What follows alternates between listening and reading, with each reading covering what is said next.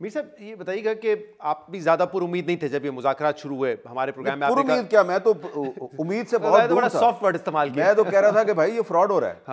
हाँ, तो आपकी पोजीशन ये थी कि इसमें कुछ हासिल नहीं होना है, लेकिन अब क्या जो आपकी बातों से मुझे लग रहा है कि पीटीआई का अब जो प्लान है, जो अब वे फॉरवर्ड है, वो यही है कि वो मुज़ाहमत के जरिए ही अपनी बात मनवाने की कोशिश करेंगे।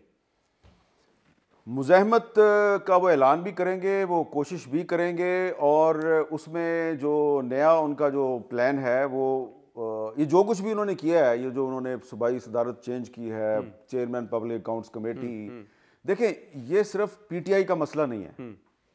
अब इसमें आप देखेंगे कि कुछ दीगर जमातें जिनके साथ तहरीक इंसाफ की बातचीत काफ़ी अरसे से चल रही थी और कोई ब्रेक थ्रू नहीं हो पा रहा था, और उसमें भी ऐसा लग रहा था कि अली मीन गंडापुर साहब रुकावट हैं। अब वो मसला भी हल हो जाएगा, तो वो भी वहाँ पे भी फजल रहमान साहब की बात कर रहे हैं ना आप, तो आप सही फजल रहमान साहब की बात कर रहे हैं ना, क्योंकि उन्होंने तो बाकायदा पैगाम पहुंचाया था कि अली मीन को कहो कि फजल रहमान के खिलाफ ना बात करें। हाँ, तो अब सूरत हाल ये है कि महमूद खान अचकज़ई साहब जो हैं उन्होंने भी कहा कि देखें आपने मुझे तहरीक तहफ़्फ़ुज़ आइन का सरबराह बनाया है, मैं जब मुख्तलिफ पार्टियों के लोगों से जाके बात करता हूँ तो वो मुझे कहते हैं जी एक तरफ अली मीन गंडापुर जो है उसने एक बैकडोर चैनल खोला हुआ है, और दूसरी तरफ आप हमारे पास कहते हैं जी कि ब्रॉड बेस्ड पॉलिटिकल अलाइंस बनाए। इसका मतलब ये है कि आप हमारा कवर इस्तेमाल करके, हमारा कंधा इस्तेमाल करके, तो आप इस्टेब्लिशमेंट से बातचीत के लिए बारगेनिंग पोजीशन मजबूत कर रहे हैं। तो खान साहब ने वो चैप्टर ही बंद कर दिया। जब ये मुज़ाकरात अभी पीटीआई ने कह दिया कि हम जारी नहीं रख सकते, तो इस पर हुकूमत का एक ये मौक़िफ़ है कि ये मुज़ाकरात तो वैसे ही कागज़ी थे, असल मुज़ाकरात इस्टेब्लिशमेंट से चाहती थी तहरीक इंसाफ, लेकिन अब उनको उम्मीद हो गई है कि उनको पता चल गया कि वहाँ से भी कुछ नहीं हो रहा है, लिहाजा उन्होंने ये मुज़ाकरात ख़त्म कर दिए। क्या मामला ऐसा ही है, या फिर एक नुक्ता नज़र ये कि ऐसा ना हो कि वहाँ पर कोई विंडो खुल गई है उनकी मुज़ाकरात की? अब देखिए ना, ये एक बड़ा आपका इम्पोर्टेंट सवाल है और ट्रिकी भी है, और अब इसका अगर मैं स्ट्रेट फॉरवर्ड आपको जवाब दूं तो बहुत से लोग नाराज़ हो जाएंगे।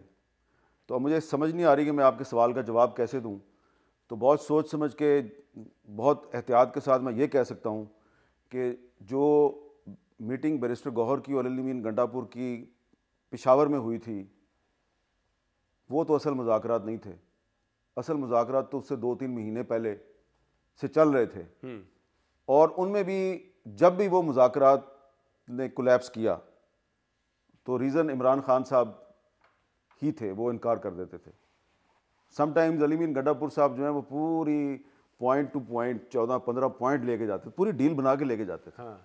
और उसकी रीज़न ये थी कि 2000 में नवाज शरीफ साहब की और परवेज़ मुशर्रफ साहब की जो एक डील हुई थी फॉरेन इंटरफेरेंस के नतीजे में, गैर मुल्की मुदाखलत के नतीजे में, वो भी एक रिटन एग्रीमेंट था। जी बिल्कुल, वो बाद में दिखाया भी तो गया। इस मामले में भी अली मीन गंडापुर साहब जो हैं वो उसी चीज़ को ज़हन में रखा हुआ था।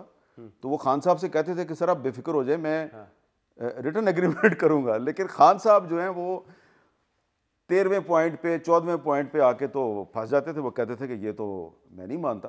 तो इसलिए अब इसको कोई मानेगा तो नहीं, ठीक है ना, आपने मुझे सवाल किया और मैं आपको जवाब दे रहा हूँ, ठीक है। और जब इमरान खान साहब बाहर आएंगे तो वही आप पूरी दुनिया को बताएंगे कि किस किस ने कैसे कैसे, किन किन टर्म्स एंड कंडीशंस पे उनके साथ बातचीत करने की कोशिश की, और उन्होंने उस सारी बातचीत को उन्होंने क्यों मुस्तरद किया।